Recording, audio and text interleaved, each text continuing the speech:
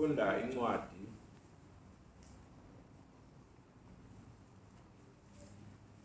yomphostoli uPawulu, ivangeli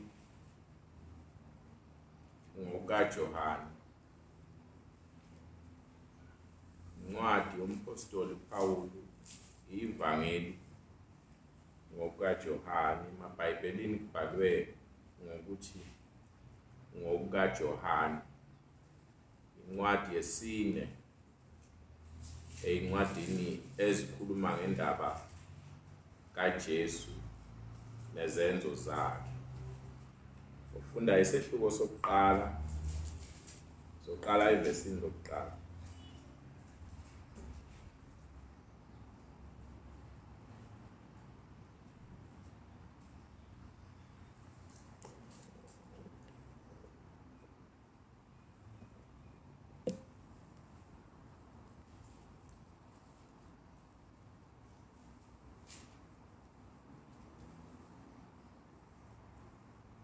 Sigcine evesini le-18.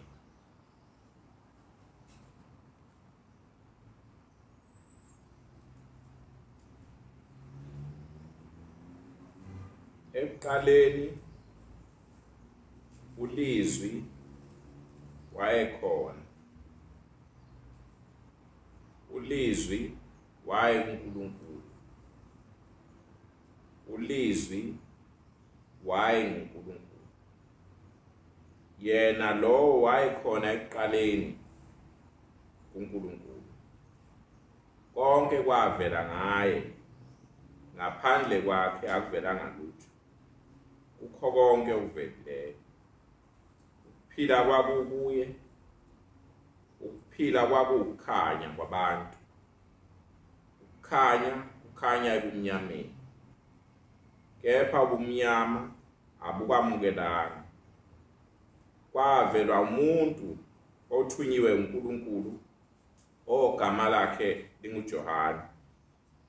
Lowo wezela ubufakazi ukuba afakaze ngokukhanya, ukuze bonke bakholwe ngaye. Yena wayengasikho ukukhanya, kepha wayengozofakaza ngokukhanya. Kwakungukukhanya okuqinisileyo okukhanyisa wonke umuntu okwase kuza ezweni. Wayekhona ezweni, izwe lavela ngaye, kepha izwe alimazanga. Weza kokwakhe, abakhe abamemukelanga, kepha bonke abamemukelayo wabapha amandla okuba babe ngabantwana bakaNkulunkulu, labo abakholwa egameni lakhe, abangazalwanga ngagazi, nantando yenyama, nantando yendoda, kodwa bazalwa nguNkulunkulu. uLizwi waba inyama, wakha phakathi kwethu. Sabona inkazimulo yakhe, inkazimulo injengeyozelwe yedwa nguyise, egcwele umusa neqiniso.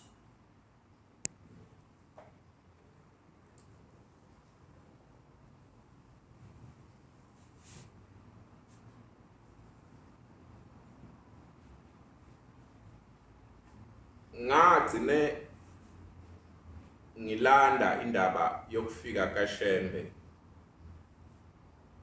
endaweni yaseNhlangwini.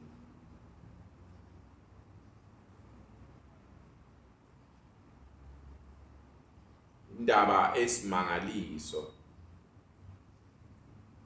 eyangishiya nginombuzo ukuthi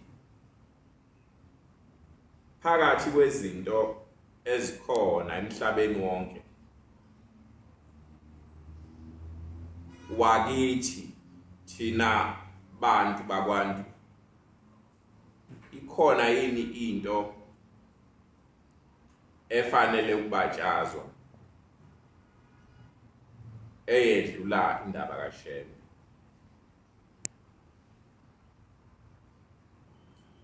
Ngoba neGoli likhona, liyababazeka nobukhulu balo nobuhle balo, kodwa into ngeke uyiqhathanise nendaba kaShembe.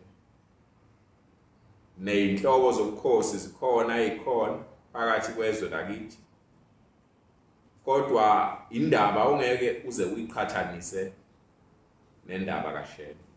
Okunye daleka kwakho badaleka ngeindlela ezicayi nezinokuhlakanipha nezinobuqhawe, kodwa nazo ngeke uze uqhathanise nendaba kaShembe. Ngigcine ke ngisele nombuzo ukuthi yini esemlonyeni wethu noma esemlonyeni einhliziyo zethu esibambile esenza ukuthi singalibabazi leli gama elikhulu kangaka, singazikhulumi lezi indaba ezikhulu kangaka ezehla ezweni lakithi nasemzini yawubaba, njengoba bengilanda indaba kaTsisa Shibasi.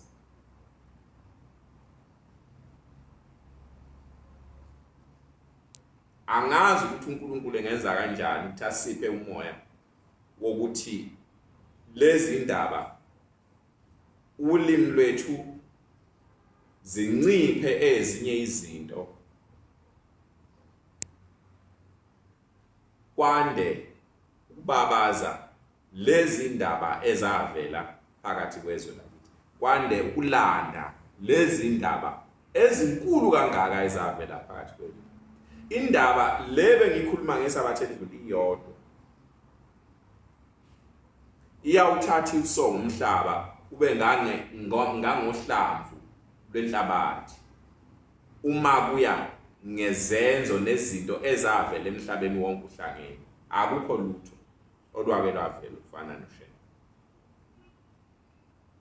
akukho lutho olwake lwenzeka olufana nezinto ezenziwa uShembe. Imibhalo ikhona, incwadi zikhona zamabandla ngamabandla, zamahlelo ngamahlelo, zeyinkolo ngeinkolo, namasiko ngamasiko, kulotshiwe phansi. Kodwa uma uqhathanisa nendaba eyodwa kaShembe, nansi indaba yendodana kaJesu Jeremiah, akunakulingana, akunakufaniswa.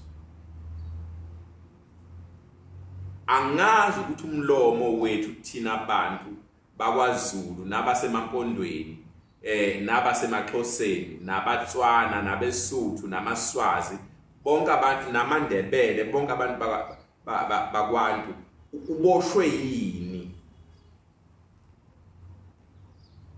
Ngoba ngibona silibele izinto nje ezingathi shu izona esehla senyuka sijaha zona, kodwa manje lezi zinto uma uthi uyalandela kuba kusasa nje umuntu uzwa kuthiwa akasekho. Isiyini ke lento kuye? Isiyini lento kubantwana bakhe? Isiyini lento emphakathini wakubo? Isiyini lento esizweni sakubo? uShembe izinto zakhe ifana nohlamvu,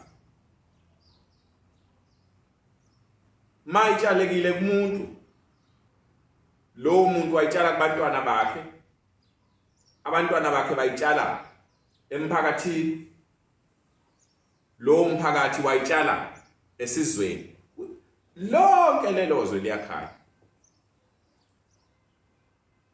Kunjena njengoba kunjena nje, ingoba namhlanje uShembe abantu abakafuni kumnaka, sebezame yonke inhlobo yento, ayikho into engakaze izanywe kulelizwe. Ngicabanga ukuthi kwakuyiminyaka yo-1600 qala ukufika umlungu omhlophe nabafundisi ababeshumayela indaba yevangeli leli elishunyayelwa namhlanje. Kodwa kuze kube namhlanje indaba isafana.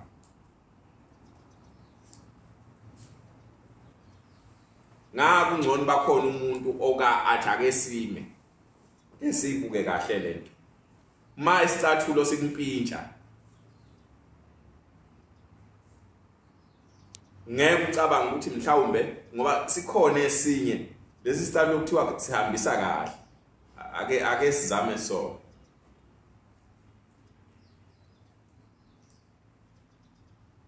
Khuluma indaba yasemhlabeni, kundaba yasezulwini. Kodwa angikho ke lapho indaba ebengithe yikhuluma namhlanje. Indaba eyenzeka khona endaweni yasenhlangini, uqhubekela kule ndaba engangikhuluma ngayo ngesabathe. Abantu abambalwa engakhuluma ngabo iyabathinta njengayo Shibasa. Le ndaba yenzeke ngo-1924 ngenyanga kaJuni. Inkosi yasePhakameni yayisuka emzini waseGospel. Ngaleso sikhathi iGospel yayisabizwa ngenhlanzini. Lo muzi waseGospel ushintshe phakathi ukuthi ube iGospel. Kodwa ngasekuqaleni ngesikhathi iqala kwawo nje Shembe oqamba ukuthi kusenhlanzini. Kodwa kuthe ngezizathu ezithile zendaba enye nayo mhlambe edinga ukuthi ngelila silanda uShembe wayesewuphendula igama esethi kuseGospel, ngoba wayithi kusentshumayelo ngesenzo esenzeka esiqondene nendaba yaleya ndawo yaseGospel. Wayesuka khona ke eya kwaShibasi umhla ka-8, wayesuke ngomhla ka-8 uJuni 1924. Lide ibanga mawusuka eGospel ubheke kwaShibasi. Bahamba kwase kuthi ngoba ibanga lide bathola umuzo omunye wakwaDuma. Base bekhuleka sebecela ukulala khona. Balala kulo muzi wakwaDuma, bavuka. Umuzi waseBhekmesiya ngaleso sikhathi wawungakabi biko. Khona izinto ezimbili ezivela kule ndaba. Umuzi waseBhekmesiya, isihlabelelo samashumi ayisishiyagalombili nanhlanu. Mase suka la kwaDuma esigangeni nje kulezo ntaba kulawo maqhuma uShembe ukhomba lapho bekumesiya khona. Uthi khona umuzi kaNkuluNkulu awubonayo ozoba khona, ozokwehla ube kulezi yantaba. Abantu baxaka ukuthi umuzi kaNkuluNkulu ozoba khona kanjani kulamaqhuma nezintaba nezimpokodo ezingakayo. Kodwa namhlanje njengokusho kwakhe wadwe umuzi waseBhekmesiya. Wawusho nanegama. Wawusho nanegama ngalezo insuku. Wathi kuyothiwa kuseBhekmesiya. Ngakavini. Mase besuka lapho bahamba baze bafika kwaShibasi. Nakhona bafika bekhathele kakhulu mhla ka-8. Oba besuke ngomhla ka-8 balala basuka baze bazofika kwaShibasi. Bathi ukuphumula kancane.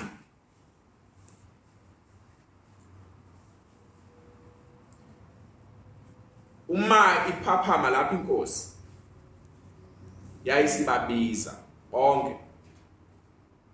Kunehlathi ke ubikhona indlela ngabe umuntu uyaveza namafoda khona manje indlela ayikho. Ihlathi nje licikelene olubona ukuthi ihlathi lesizulu. Wayesethi wonke umuntu akeze lento yokusebenza. Ubush celele. Base besuka kwakukhona nabantu abangakholwa. Suka lapha kwaShibasi akukude nale ndawo uShembe leli hlathi athi alisetshenzwe. Umthetho wakhe uthi bantu bami wozani baye ababize ngabantu abakanhliziyo. Ngiye ngimangale mina mama Nazaretha kuthiwa ningabakwanhlanzi, abanye bathi hayi asibaba kwanhlanzi sina singaba wasibani bani. Angithi lahlani ibongo cha, kodwa waye ababize kanjalo bantu abakanhliziyo.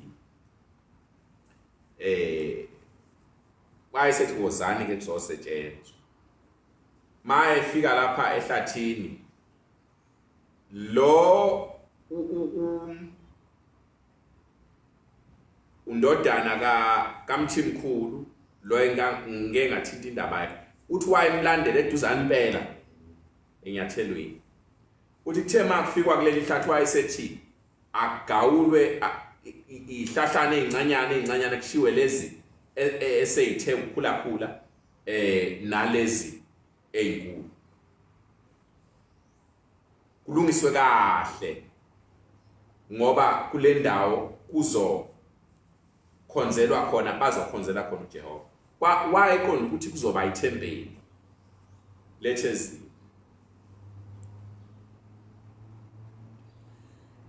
Base beqala ke sebenza ngamandla nje, sebenza ngamandla bese basebenzela uNkulunkulu.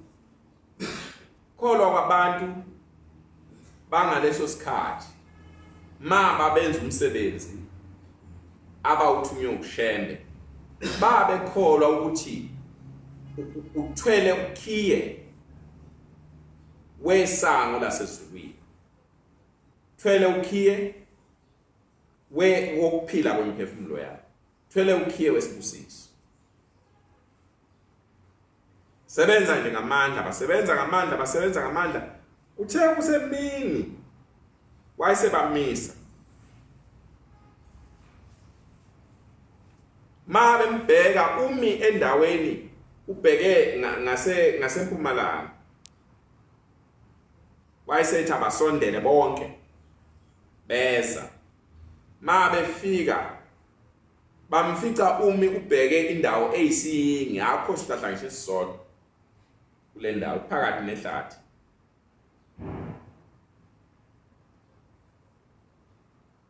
Icishe ibe amanyathelo 120. Yonke leyo ndawo ayinasihlahla ngisho esisodwa phakathi kwehlathi eligcwele izihlahla zesizulu. Uthi ke kubo abayeke lokho abakwenzayo, abambe la.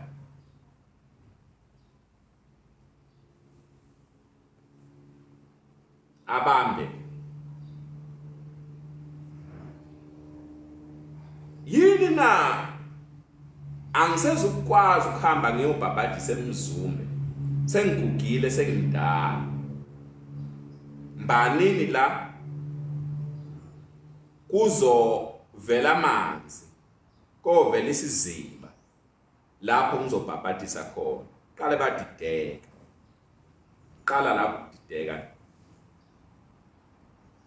Angazi noma abanye babecabanga ukuthi kuzokhiwa amanzi, ngabe kwakokhiwa amanzi angakanani athathwephi endaweni engangamanyathelo 120. Ma ungasuyibale leyo ndawo, uthatha amagxathu ushonele, uyayicabanga ukuthi njalo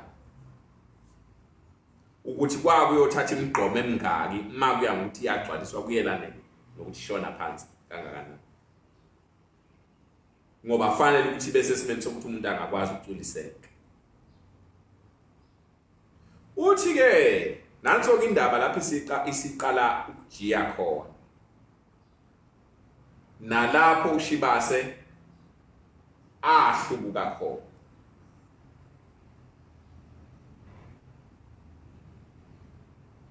Nalapho uShibase ahlubuka khona, nalapho kuhambe kuzaleke lesi sihlabelelo engisisho samashumi ayisishiyagalombili anesihlanu. Ngonile ebusweni bakho nasebusweni bezulu.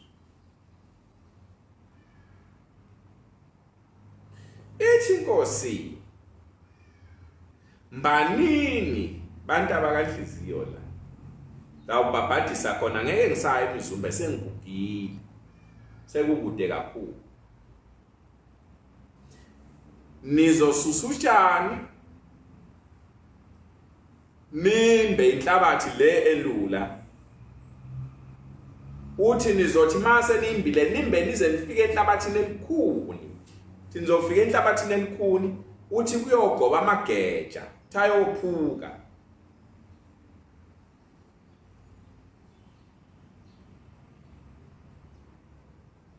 uthi niyoboleka amapiki mase nifike kuleyo ndawo lapha amageja ayogoba khona niyoboleka amapiki niqhubeke nimbe ngawo uthi lapha uma niqhubeka nimba niyofica amatshe ayisithupha la matshe sawabeka nobaba uthi ngawabeka nobaba ngamhla sidala umhlaba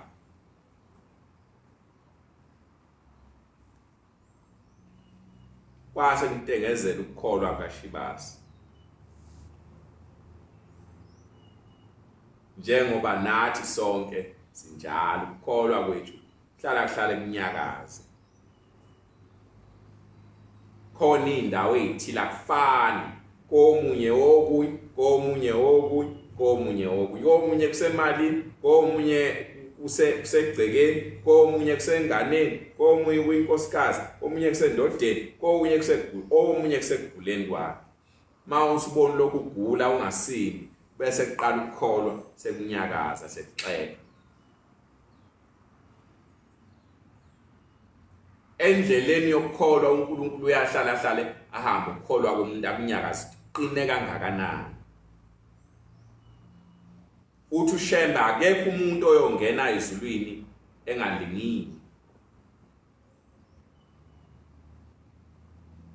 akekho umuntu oyongena ezulwini engalingini thomunye umuntu ulingwa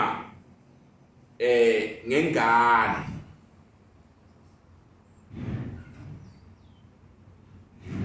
uthi isindo esikhulu leso phezu kweinhliziyo zabakholwa ulingwa ngengane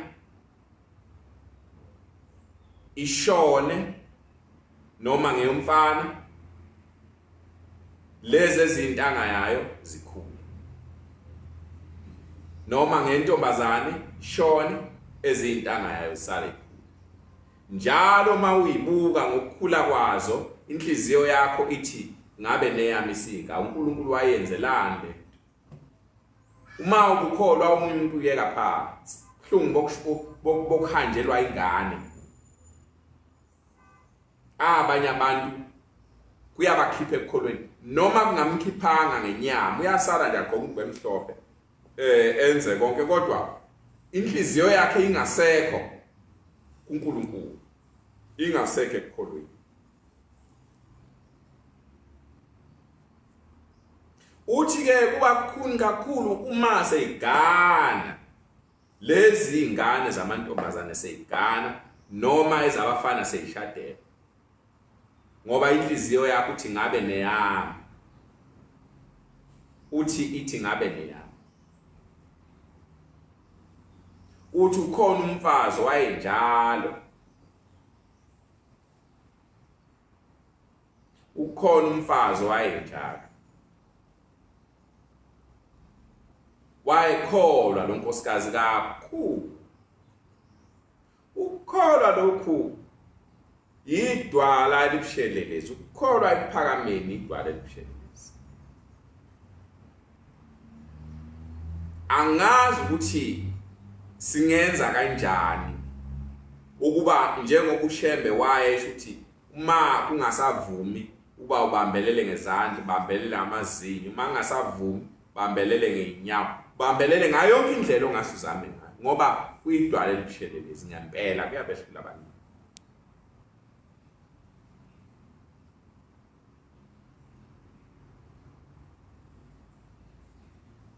hlaba umuntu wasendla ithatha lutho ngokubaba kunezwi lakho simaka kunjalo ngempela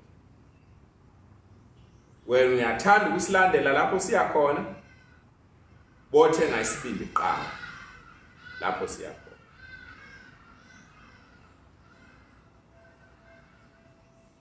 indlela encinyane namathi nameva hamba ngaba mbaba kunjalo ngempela le nkosikazi wayikholwa lo nkosikazi kangangokuthi ngisola ukuthi wayesedlulile kancane lapho mina nawe sikhona ngoba wayesekwazi ukulandela umthandazo wakhe ukuthi mangithandazile inkosi yasekuphakameni iyangizwa iyangiphendula ngiyibona impendulo kanje abanye abantu umthandazo yabo abayinaki yashiye nje lapha athandaze ashiye kanjani noma inkosi iphendulile noma ayiphendulanga mayingaphendulanga ayiphendulanga ngani uNkulunkulu ucashiswe yini cashele ukhona igama maNazaretha lokuthi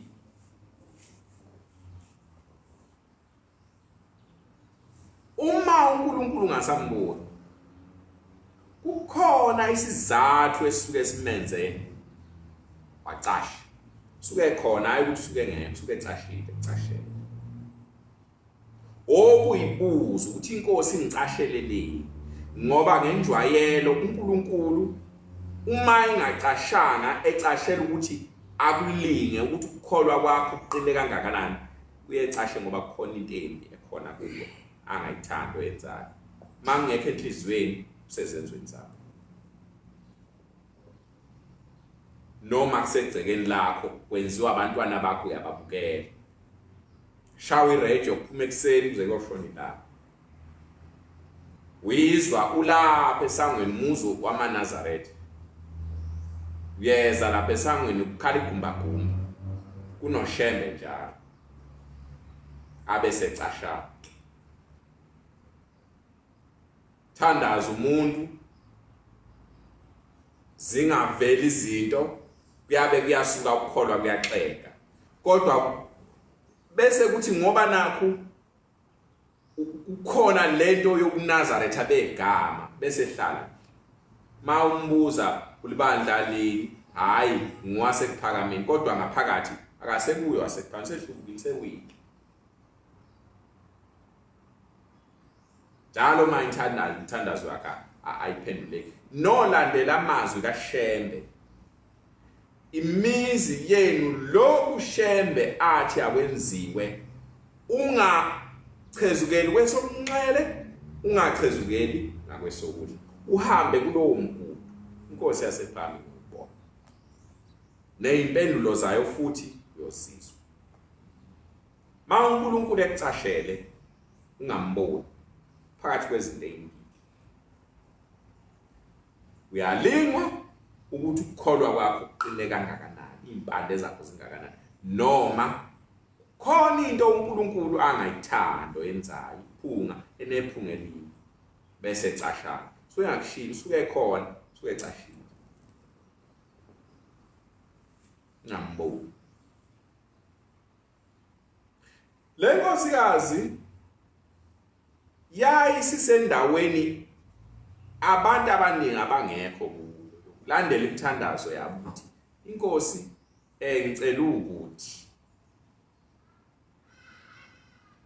ingenzele yini maye ngangenzelanga yini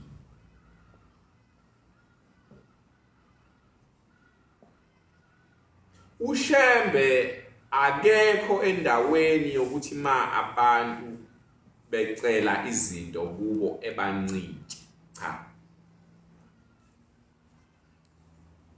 ungayitholi kusendaweni embi uyalingwa kholwa kwakho kungakanani uncike kulento oyifunayo noma ukushela uma esetholile ukuthi ukukholwa kwakho kuncike kuye ngempela bese kupha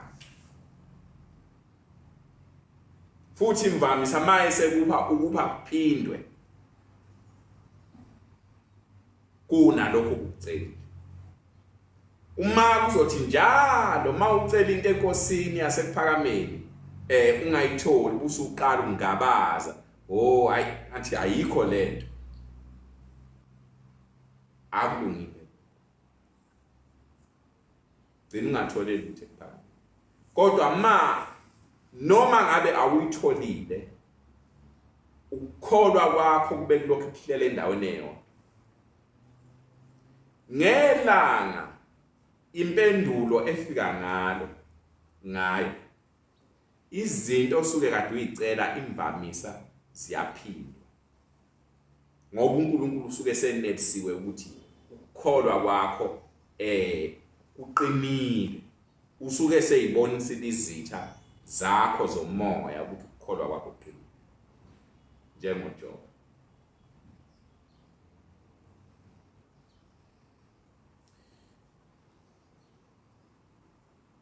indawo yesibili amaphunga nonke nibheke nasendaweni yesono ngoba abanye abantu ngempela kuba isehlukaniso so khona into enephunga elibi uNkulunkulu angayithandi emenza ukuthi noma uyacela ingelosi iqhele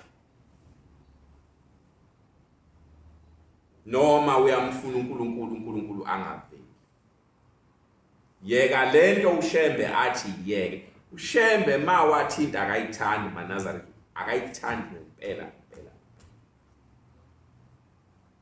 kuyena kufana nokumdelela ukuthi ethe into akayithandi uqhubeka uyenze ngenkani bese ubuya uzoguqa kuye baba ngicela ukuthi le nkosikazi yayinabantwana ngeke kakhulu indaba yayo yayinabantwana ngithi babe bathathu ibathanda nje sazi ukuthi yayibathanda ngothando olukanani kodwa nalo uthando kufanele uqaphele noma isihlabelelo umthandazo usho njalo uyithande indodana yakho nendodakazi yakho uJehova akuphe yona ebuhlungini nasekuhluphekeni kodwa uwoliqaphela uthando lolo lungagcine selihleli seliqhwakele esihlalweni esingaphezulu kaNkulunkulu esingenhla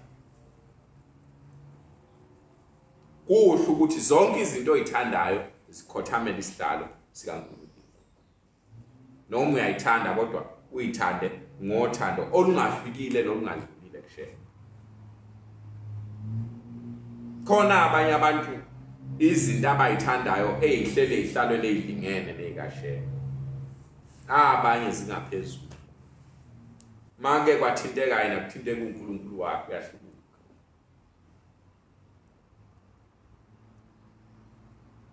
wayemthanda uNkulunkulu lonkosikazi kodwa ngiyasola ukuthi laba bantwana bakhe babehleli esihlalweni esingaphezulu kwenkosi yasekuPhakameni babeqhwakele esihlalweni esingaphezulu kwesihlalo senkosi yasekuPhakameni intando zabantu kuyenzeka zibe ngaphezulu kwesihlalo sothando lukaShembe kanti akufanele lo ungathandi lutho kulomhlaba ukwedlula uthando uthanda ngalo uShembe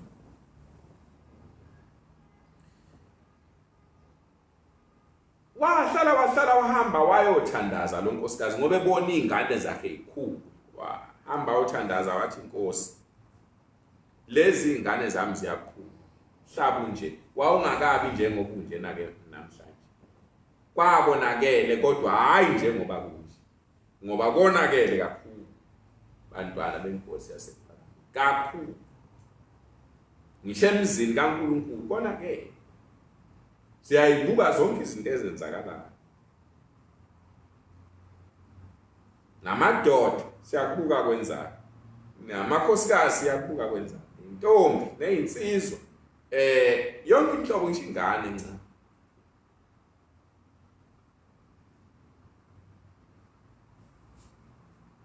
wayekhathazwe ukuthi lezi ingane mazikhula njengoba ikhula nje zizobona zimjabulise phambi kaNkulunkulu bangaka abantu abayicabangayo leyo ukuthi konje kukhona ukuthi ukukholwa kwakho kujabiswe izenzo zengane yakho phambi kaNkulunkulu.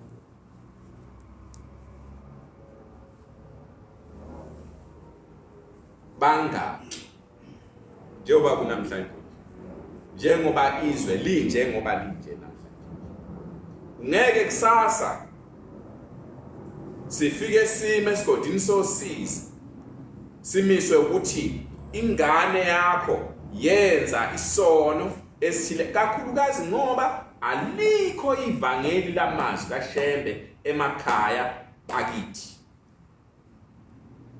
Emzini yamaNazaretha alikho ivangeli lamazwi kaShembe.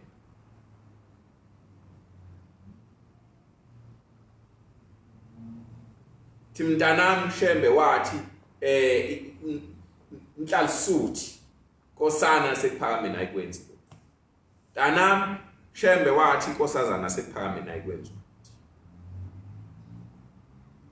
Kuzinganekwane yini lokhu ukuthi uma ungayifundisanga kahle indodana yakho, igazi lesono sayo liyobizwa phezulu kwekhanda lakho. Mina ngibona ukuthi kuzinganekwane, singasho ukuthi kuzinganekwane, kodwa kusasa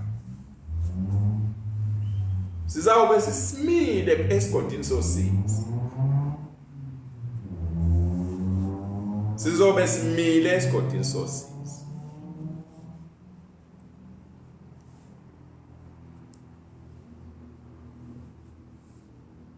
Izwi likaShembe emzini yamaNazaretha lifanele ukuphila.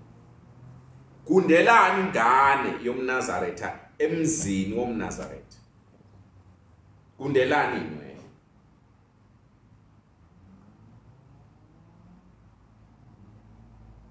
Abantwana laba asebe sesidwabeni bahambelani lapha emzini kaNkulunkulu bengalukile inwele, ngoba kuphambene lokho nomthetho.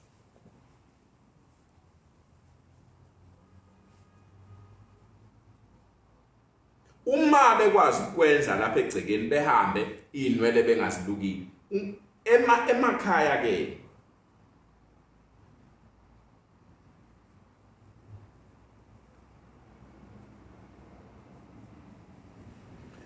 lo nkosikazi uthi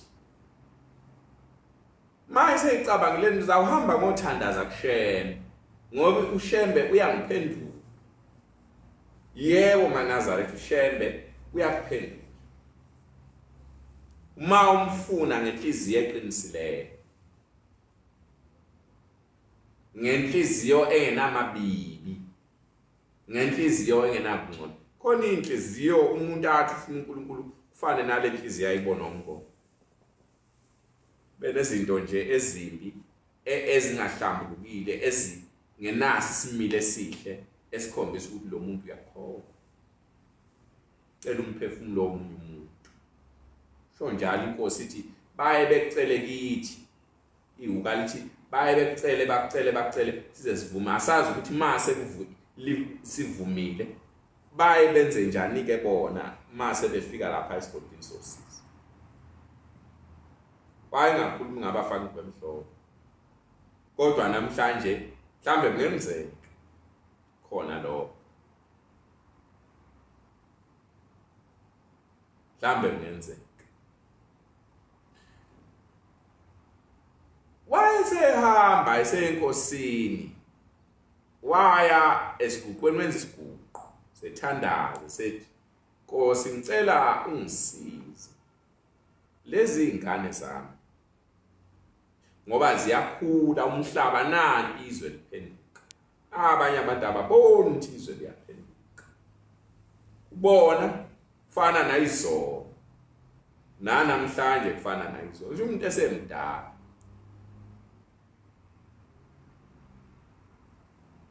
umuntu esemdala.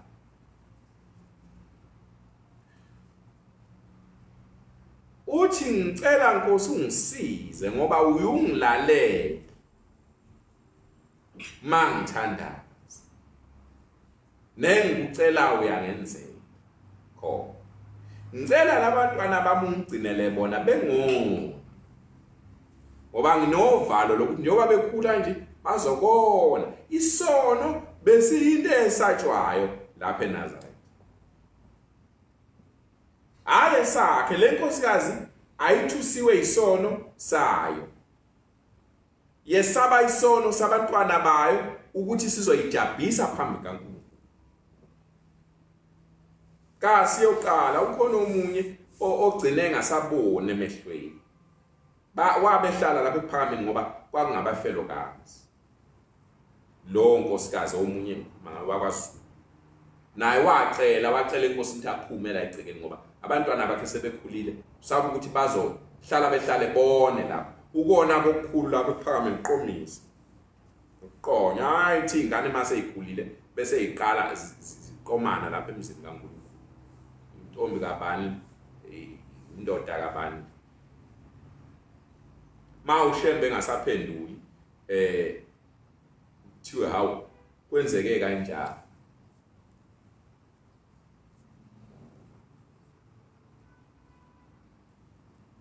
uthi ke ngicela ungigcinele bona bengoni labantu aba bengakudumazi waye nanozwelo lukaShembe lokumbona uShembe edumele ngenxa yezenzo zezingane uba ngezakhe ukubona uShembe edumele akusinde noma ngabe udumele ngani akusinde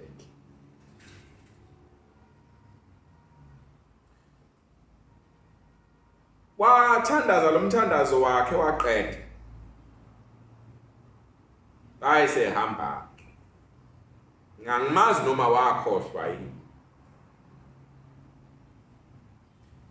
kuthe kusuka zaze ihamba lezi ngane hambe yokuqala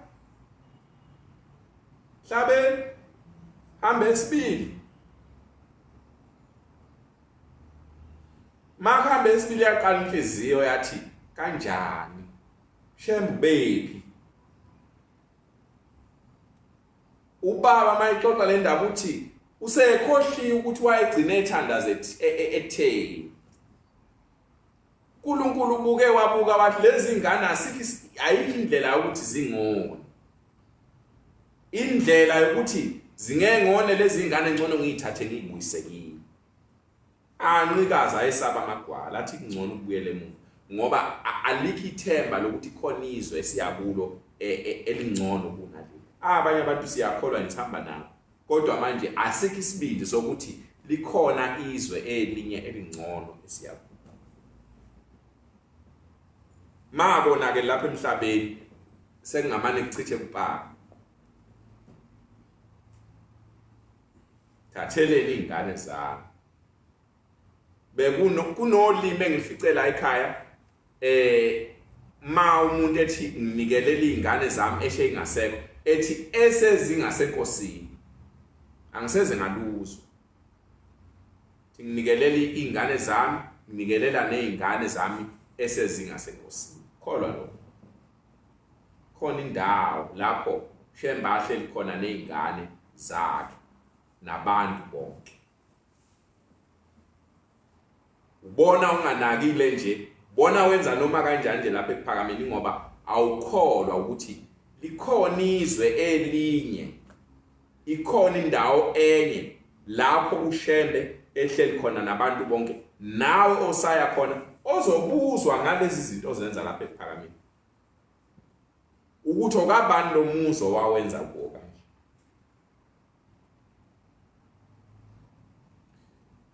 wayese kuthema khambe esithathu wayesehlubuka ngithi wahlubuka ngoba inkosi ithi waye nomngani wakhe omunye oyinkosikazi kodwa lo nkosikazi wayengaqinile kahle ekukholweni nibo ukubhasopa lo sondelana nabantu umuntu ongamqondi kahle ukuthi impande zakhe zokukholwa zimi kanjani ngaphandle mamushumayeza kukhona ukunamathelana ngenhliziyo kube nobungani ningehlukani nomuntu kodwa kumbona lo muntu uthi ngelinye ilanga uyakholwa, ngelinye ilanga umuntu ulungile, ngelinye ilanga inyanga ilungile, ngelinye ilanga sangoma silungile, ngelinye ilanga sihambe siye esontweni. Wombhasopha umuntu onjalo. Wombhasopha umuntu onjalo. Okuthi ma umxoxela inkinga ngelinye ilanga athi asithandaze. Sibikele inkosi yasekuphakameni. Ngelinye ilanga ethi uyazi khona into enginayo lapha endlini ngayilayelwa ubani nami yangisiza ngaya lapha kulesi sitolo eSulumane nelithile lafike la nginike mhlambe ngingakusiza nawe ngizokuphathela yona. Bomnanga umuntu onjalo. Ngelinye ilanga khona 14 dlula inyanga embili akekho uthi umbona nangeqhamuka. Ngelinye ilanga khona esabatheni dlula amasabatha abemani ngelinye ilanga nangeqhamuka. Kade phakathi nendaba uyamazi ukuthi kade phuzaphi kumuphi umthobo ubephuza kokabani umthobo. Ziningi izinto ezikhona emhlabeni maNazaretha, ziningi izinto ezikhona emhlabeni ezibadumazile abaningi abebethanda ukufika kulowo muzi nakulelozwe lapho kungakhanyisiyo leli langa lalomkhathi. Abafikanga. Udadewabo kaGogo Masosibo akafikanga ezulwini. Waboshwa. Wayenethiroom. Leli thiroom hlala lase kancane enganakile ngoba lento iyenze kunganakile. Lanyuka wayekholwa yena lanyuka ithiroom laze lafika lapho selihleli khona esihlalweni esiphakeme. Qala manje yathi maye esontweni acabanga ukuthi kazi ithiroom lami kwenzakalani. Mhlawumbe kube ngibambele nje ngabe kungena imali engcono. Thesuka wayeseqala eseyibambele. Sabatha lingabe biko angaye sabatheni. Wenzela ukuthi mali shona ilanga aqhubeke asebenze. Ngiyofika nini ngothi ngifika abantu bawo bese behambile. No 14 hlala ngezinye wagcina engasayi. Ngasayi sabatheni sayi 14. Enikela yena phathisa umnikelo. Thola lapha kuleli thiro. Ka14 neyibani ezenza kodwa engayi khonza uNkulunkulu khonza leli thiro. Wathi maye efika ezulwini kwathi uvelaphi wathi ngivele kuphakameni. Kwathi ukukhonza abantu wathi bengikhonza uNkulunkulu wasekuphakameni wathi cha nangu uNkulunkulu wakho wena wavela ithiro leli Thwana uNkulunkulu wakho kumkhonza. Ungasayi sabatheni khonza lele nto zakhe. Angazi ngoba njengoba silapha nje amaNazaretha ayehla enyuke emadolobheni akuvumelekile ukuthi umuntu akhiphe imali ephaketheni maye uNazaretha athenge into. Imali ngesabatha. Icala lelo isono leso ukuthi ukhiphe imali uthenge into ngesabatha. Kodwa amaNazaretha ehla enyuka kuze kushonile ngabanye abayindaba sesontweni uyethi efika lapha esontweni ufike esemphumethengwini kade yothela. Isono leso uyoboshwa akwenziwe. Ma usekhona lapha emhlabeni ithubu nalo wocela inkethelelo ubuyisane noNkulunkulu ukuthi Nkosi ngona ngakhipha imali ngathenga ngesabatha. Khona abantu abasebenzayo kubelungu ngesabatha abangathandi khulu ngabathandayo. Leyo mali ngoba kuyabala ukuthi uhola malini ngosuku olukuthi leyo mali eqondene nesabatha kufanele ngabe uyayisebenzisa. Kufanele ukuthi akangakuniki.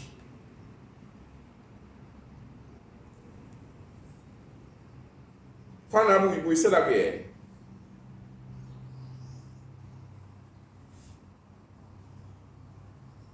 kodwa ingagcini leyo mali isetshenziswe wena ngoba usukuselephulisa abantu.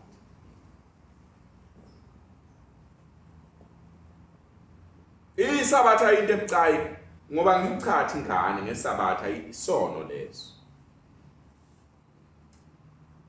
Kodwa angikhulumi ke ngendaba ke yesabatha mhlambe ngokuye uma inkosi ithanda sikhulume ngayo. Khuluma indaba le nkosikazi. Kathi mase khambe esithatha ingane wayesehlubuka. Uhlutshulwa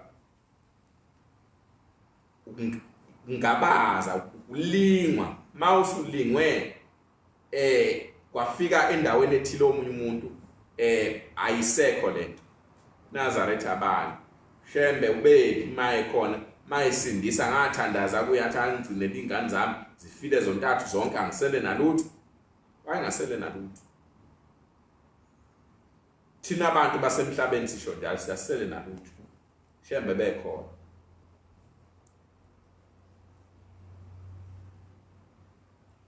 Asifani nendiya leli elathi angisoze ngabuyele emva lapho ngavela khona nangu uyise umuntu sekuphakamile noma ukufaka ungifica ngizofela khona lapho esandleni sakhe.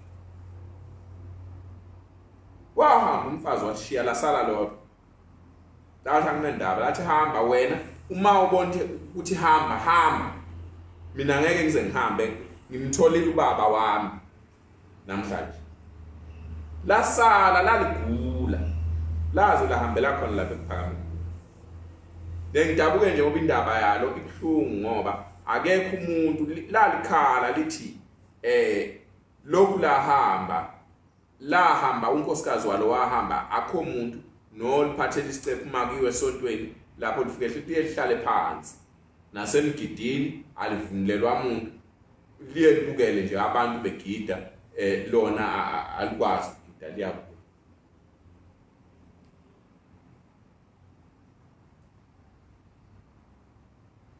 Uthi ke lo nkosikazi mase ihambile izingane seyikhuluma nalo muntu. Uthi lo munye kuyena sekuvukeke lento ayezoyisebenza kuyo. Ma usathane esondela kuwe ziba khona impawu mawunakusisi. Kodwa usukungazi kwesi isikhathi ukuthi uzosebenza lase ivela ke impawu do ube uzosebenza lokho sethi kuyayi wathula indlala omunye umfazi ngani ingane zakho zibulawa amakhelwane wakho. Ulimi into eManazaretha ngoba luyazigabisa namanga nokuxova kuvelo limi. Wayengayazi lento ayikhuluma. Kwakungekho ngane zayibulawa umakhelwane wakhe. Kodwa wayikhuluma. Abanye abantu bayikhuluma into kuze kuyoshaya kwaZulu. Ayegoli into engekho ngempela. Uyothini kushembe na? Uyothini enkosini yasephakameni?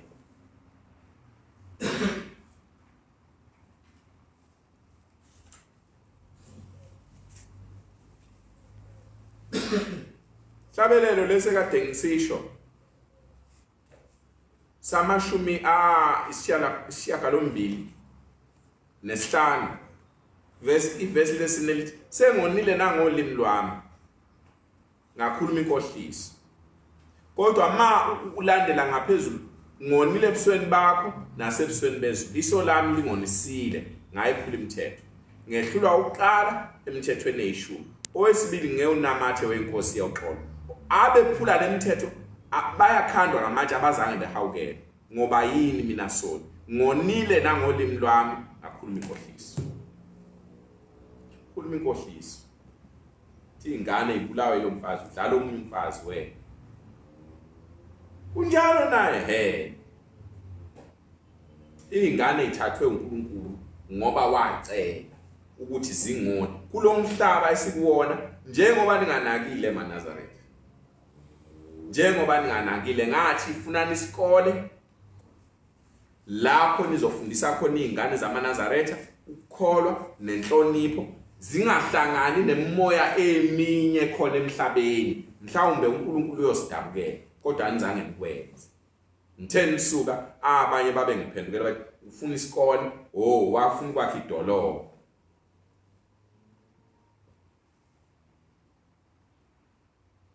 ngizolenzani idolobha mina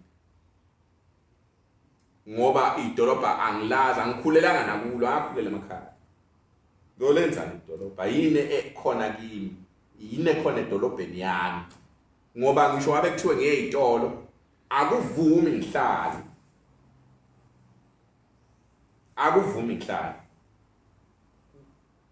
imzuzu i-hour lisuke lidini inhliziyo yami isuke isithi buyele kuphakamini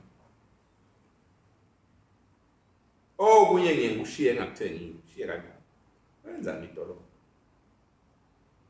yini esedolobheni yini enhle esedolobheni mawuphuma nalo idolobha iTheku liseduzana nemthatha isikhathi singakanani ufike ubuke nje uthi konje yini enhle la nakhona izitolo ezinkulu lezi uye kuzo kume nje phakathi nendawo ubuke ukuthi yini enhle ekhona la efana nomuzi wasephakameni efana noShembe mangaShembe yamanzi wayesethi lo hayi dlala omunye unkosikazi la bulala ingane zakho ngizokusiza mina uzongisiza na kanjani hayi khona omunye umuntu khona inyanga engiyaziyo ngoba ngamhlalo umuzi wehle ezulwini wehliselwa la emhlabeni phakathi kwethu wawuthi uzoselapha lezo zinto ngangazi ukuthi sibuyele kuzo emuva ngangazi ukuthi uShembe umthethelelo omkhulu wasezulwini wayesibiza nje esikhipha kulezi zinto sobuye sihlehle futhi ukukhuluma ukuthi khona inyanga engiyazi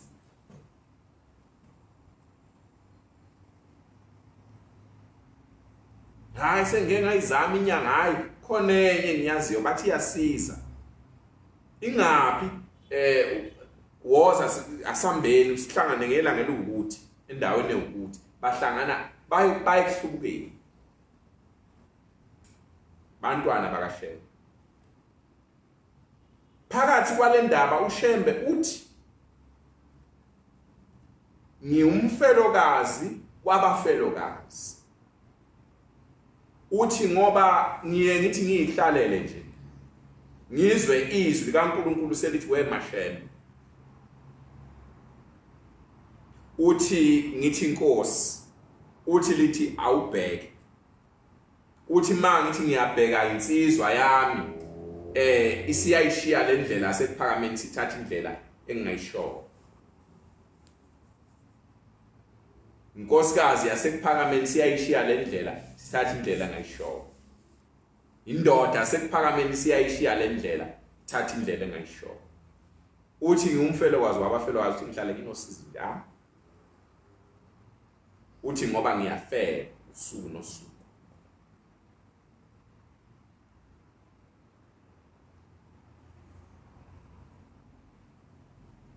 ikhona naye dokuphelezela sahambe ngelanga lokuthi lafika lelo langa basebehamba angimazi noma wayesamcabanga ngishepe noma u14 wayesawucabanga nezifungo zawo angazi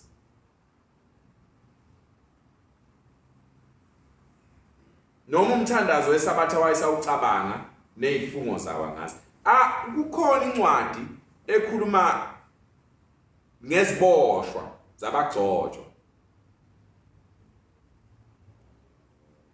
abathi mabefika ekuphakameni kwathiwa uyini athi bengumgcotshwa kumgcotshwa onhloboni bengumshumayeli noma bengumvangeli noma bengumfundisi ubufunda umthandazo naye okuvuka okulala wesabathe unduli basho njalo ukhona unduli wangapha eNorthgate babulala umuntu behlohlana nomfazi wakhe uthi umfazi awuboni ukuthi le ndoda wena ikumise kabi kubangisa isikhundla na ngenze njani asibulala ukukholwa kunjani lokho kanti uShembe wayengazileni ukuzosusa lezi zinto na thasibulala bulala naye kanjani hayi so hamba sifuna umuthi funa inyama asebeyithola angimazi bamenze njani lo muntu wafa ngempela wayesegcotshwa kuNduli seba uMshumayeli omthakathi uMshumayeli mthakathi uShembe kade ngikhuluma ngendaba yakhe ekseni ngithi uye uhlale kanje ngami nje kanti udonsa kancane ngentambo yakhe awuboni wena usondela emgodini awuboni usondele nje kancane ubona usuku ludlula usolunye uthi kumnandi kuhle futhi kuhamba ngakho cha intambo khona intambo odonswa ngayo kancane unganaki othi uyibone yokususejele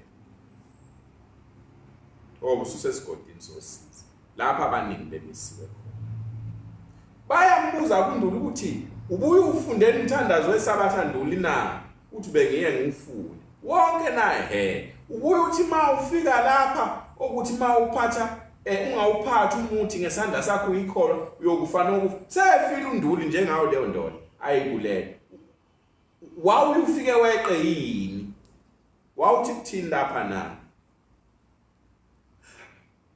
uNduli wayesethu cha khuluma wayesethu ngabe sakhuluma wayesethu abaningi abakuleyo ndawo lesi sihlabelelo basihlabelela kufanele bethi besilizwile webabamkhulu sehlulwa ukwenza webabamkhulu thambisa izwi lakho webabamkhulu sozama ukulenza izwi lakho izinkulungwane ngezigidi zimlapha webabamkhulu zehlulwa izwi lakho webabamkhulu thambisa izwi lakho webabamkhulu izinkulungwane ngezigidi zimlapha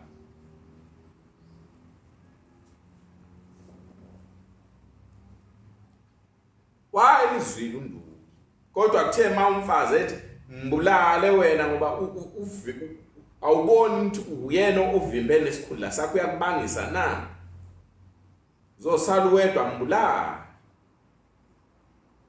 baningi abefundisa abakuleso sigodi sosizi ngenxa yalezo zona ezinjalo wabulala umuntu bulalela ukuthi makahlale lapha kube uyena gcotshwa niyambangisa le ndoda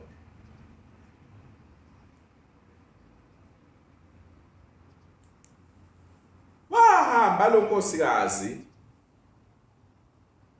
ngelanga lelo base befika kuleyo nyama yayikhona impela hayi ukuthi wayimkhohlisa ukuthi umNazaretha nje uxubile ngapha umNazaretha ngapha enye into ngapha ngakhuluma ngisebhekmesiya ngomunye unyaka mhlawumbe iminyaka isihlanu manje isithupha ngathi basobhani ngathi manje ngamshumayela uShembe imizi yenu izohlukana phakathi ngapha uShembe ngapha enye into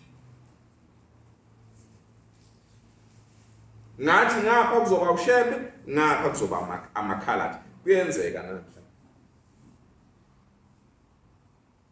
Shembe ngapha siyathandaza u8 u12 u4 siyathandaza ngicela ukulungisa le ndaba khona abantu abazi ukuthi isiguqo sika 4 ngathi singo 3:30 cha isiguqo sika 4 singo 4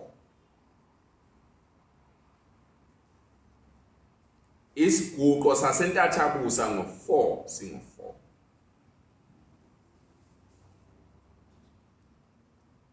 ngiyabonga ukuthi ngikhumbule ngoba ngeke ngabuzwa ngomunye umuntu lapha edidekile nayo kwenziwa kanjani kanti isiguqo sika 4 singo 4 esika 8 singo 8 esika 12 singo 12 isiguqo asithandazwa ngesikhathi singakashayi isikhathi sesiguqo okungenani ungaba ngapha kwaso njengesiguqo sika 12 uma u12 eshaya uphaphama mhlambe sekupast 12 ungathi ukuthi hawu sesidlulile thatha ingubo yakhe emhlophe uyembathe wenza isiguqo sika 12 kodwa okungenziwa ukuthi u12 engakashayi u11 futhi wenza isiguqo sika 12 akwenziwa lokho noma upast 3 uthi wenza isiguqo sika 4 akwenziwa kungcono ukuthi noma uphaphama upast 4 wembathe ingubo emhlophe wenza isiguqo sika 4 wafika kule nyanga yini kwenze njani lo muntu osebulela izingane zakho kangaka simenze njani na angazi athi hayi sizomlungisa sefike uNkulunkulu wakhe uNkulunkulu wakhe akasebukushela kasayi nasenkosini baba ngifele izingane zibula unkosikazi lo uthi ibulewe izingane zibulewe unkosikazi omuntu uyenyangi impindiselo ingeka Jehova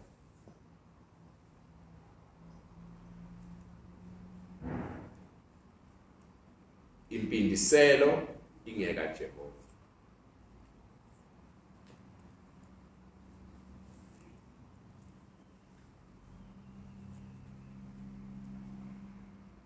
kodwa abanye abantu impindiselo ngiyabo kakuye kaJehova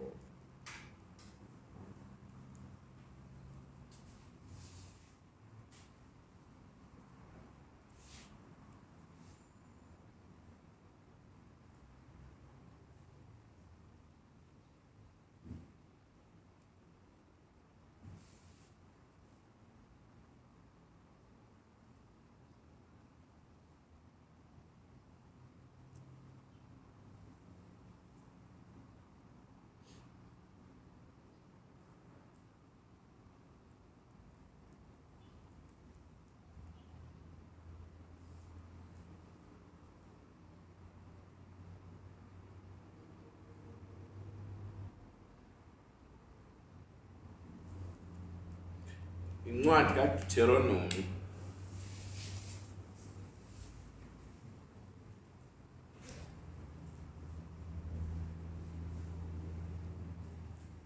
incwadi kaDuteronomy sahluko samashumi amathathu nambili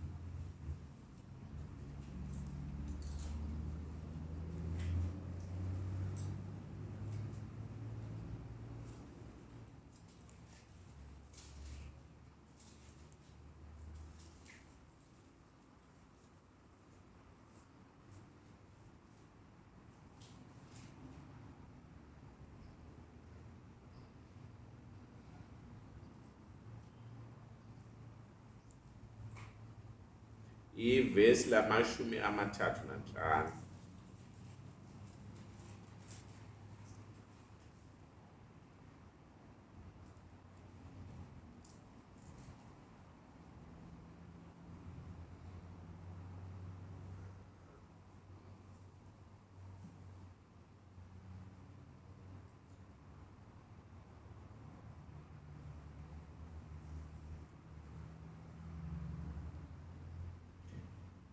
ngeyami impindiselo nembuyiselo ngesikhathi sokushelela konyawo lwabo ngokuba usuku lwabo lwengozi selusondele izinto abazilungiseleyo ziyaphuthuma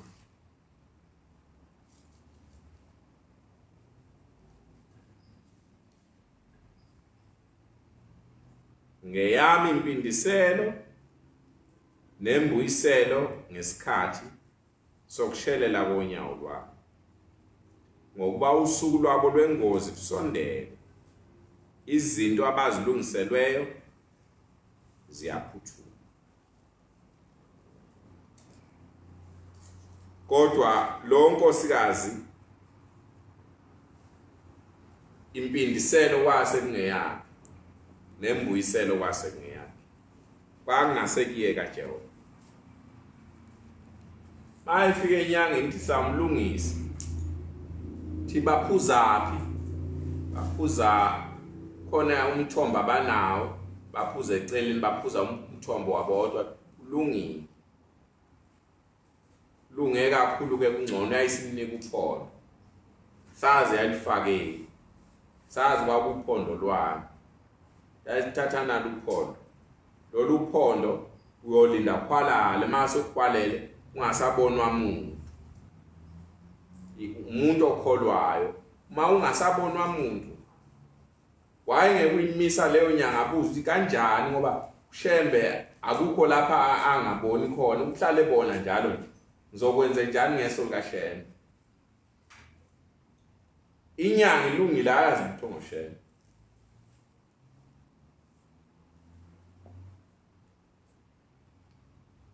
yayisithi uyofika ulifaka ulithi ulifake lapha bephuza khona usushiya kanjani uhamba uyoyibone uyoyizwela wena futhi yayizethemba wayesehamba ke lo nkosikazi linda kwahwalala thema khwalala sebondayi sebengene naseyindlini wayeseshona khona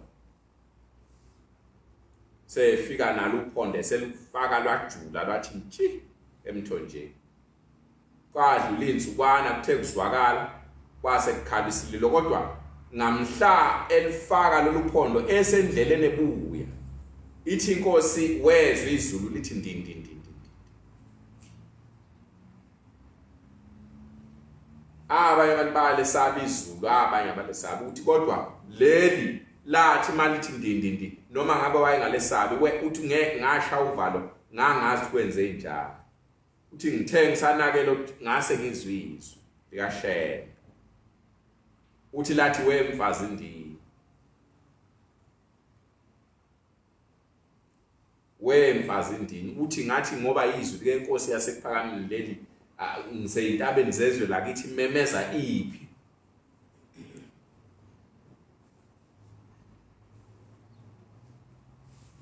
kholwa sekumshilo ma wayikholwa wayekhumbula indaba kaDulile owathi eseyintabeni zaseMathopo lafikile lathi wenzani lapha yafuneke kuphakama kholwa kwasekumshilo sho njalo kizwi lithi mfazi ndini uyezwa na wathi ngiyezwa lathi uyaliwa namhlanje yezwa mfazi ndini na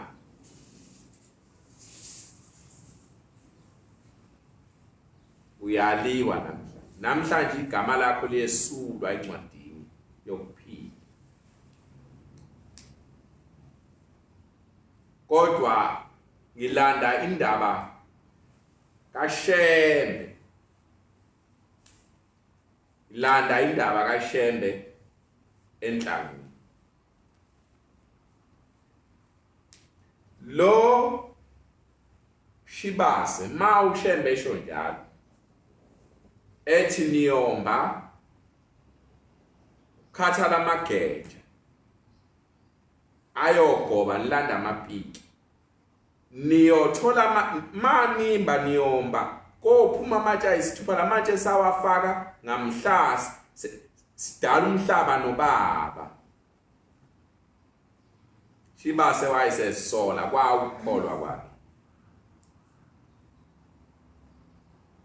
kwanyakaza wathi lento ingenzeka kanjani baba uyisholoni lento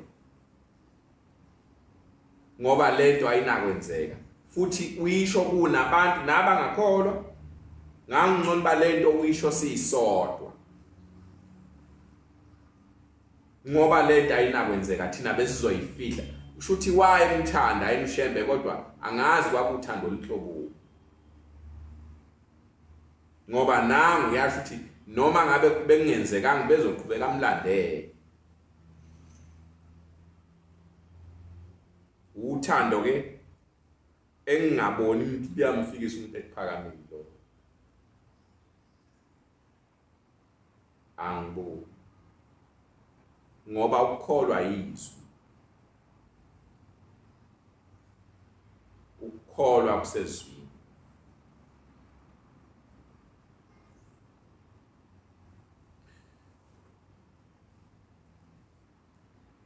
uma eyicabanga lento wayicabanga inhliziyo yakhe wayesephenduka ethi ubheka inkosi maye phenduke ebheka inkosi ufica iyambuka ngeselimsolayo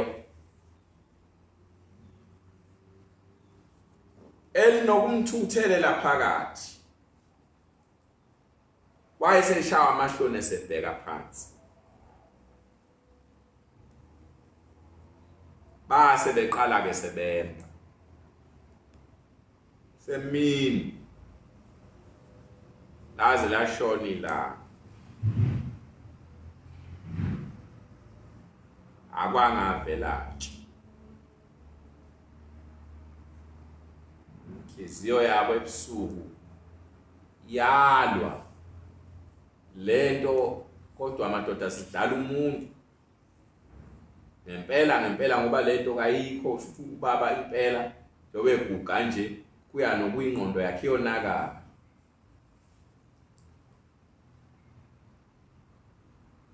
ngikhuluma ngendaba yesimanga esavela esweni akithi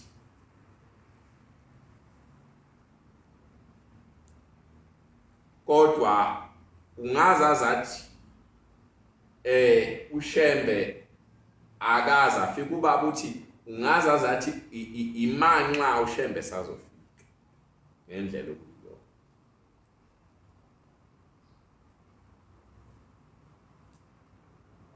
base bevuka kusasa sebeyomba futhi bamba inkosi ithi kubo mbanini mase nidlule kulamatshe ayisithupha niyofica idwala elinomuqa omhlobo niyobe senima uthi lapho ke kuyophuma khona amanzi ayogcwalisa lesi siziba lapho engiyobhakadisa khona kodwa indaba inokuthi lamatshe sawafaka ngamhla sidala umhlaba nobaba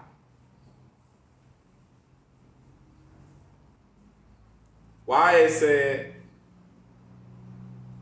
ngakusasa uShemba ke hleli lapha kwaShibasi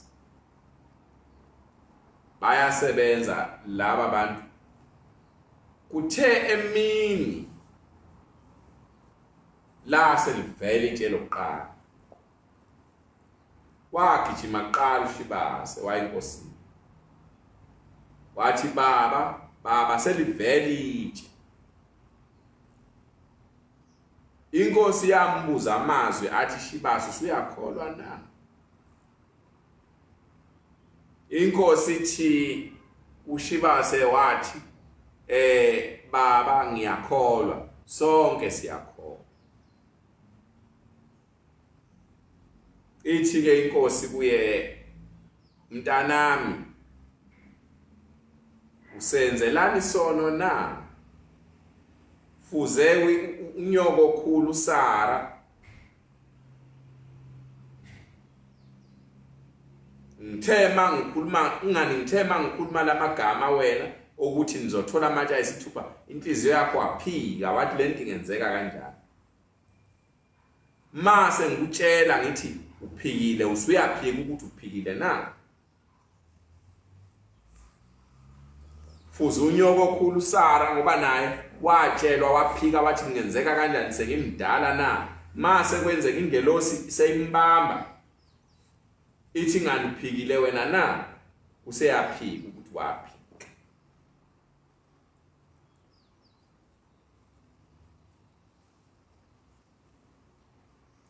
amanga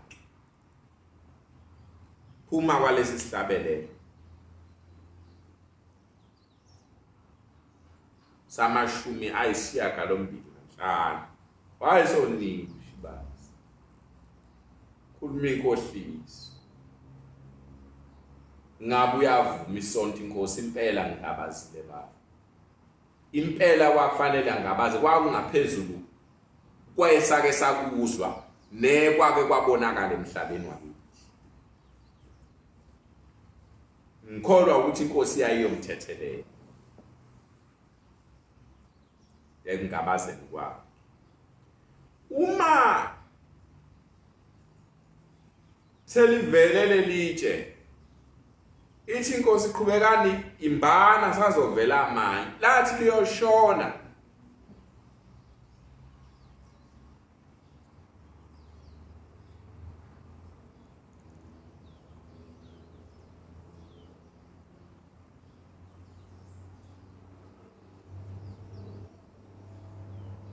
la selivele lesibili bavuka ngakusasa bamba mini lavela elesine ambama lavela elesine kanjalo azaphelela ngakusasa bamba lavela lesihlanu bagcina ngelesithupha njengokusho kaShepha akwabe kusaveleli akhona lamatshe efodweni bawathatha ngoba kwakufuneka ufazi uShembe akaze adlule endawo kungashiwo ukuthi khokha lento ishoyo iphi uyisho kanjani khipha ubufakazi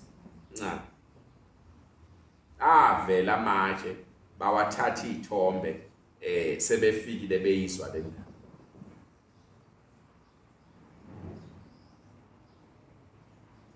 manje indaba ke isinje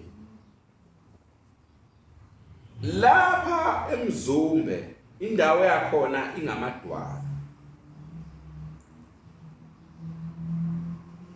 into elula nami mhlambe ngisho ngithi kunedwala la ngaphansi kodwa indaba yokuthi athi uShembe kunedwala elimnyama elinomuqa omhlophe niyolibona ukuthi libe nomuqa omhlophe ithatha indaba kaShembe ibeke kwelinye isimo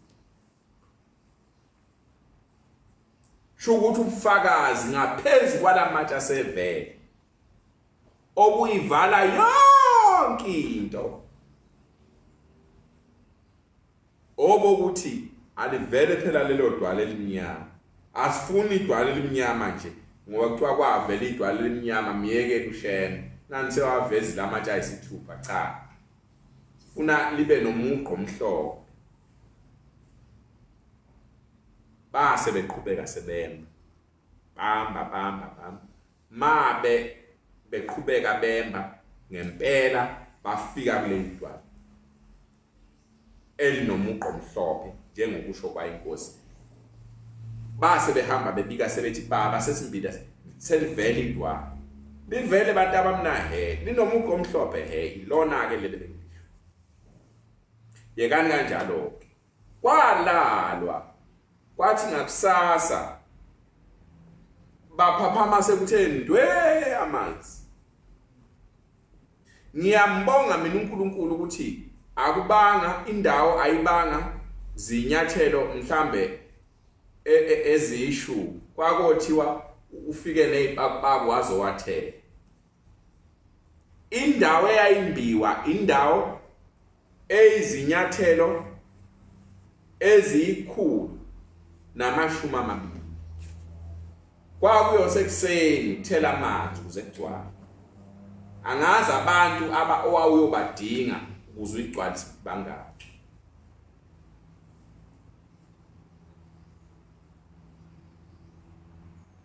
wayese ebonga kuShembe sebabusisa esebhabhadisa khona akhona nje amafoto aleso siziba umvubo namanje sisekhona leso siziba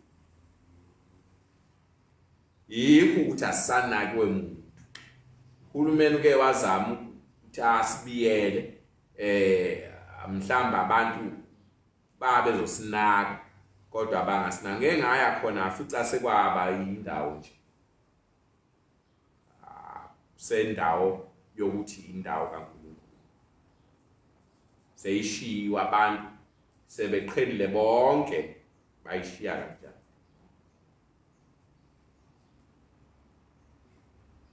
kodwa umsebenzi kaShembe izwi likaShembe ufundele incwadi kaJohane ngoba lento eyenzeka enhlangwini kulomuzi ogcina usuyilethe ezini icishe ihambisane nalelizwi elithi ulizwi wayevele ekhona ekuqaleni ekuNkulunkulu enguNkulunkulu okwavelayo kwavela ngaye ngaphandle kwakhe akukho kwavela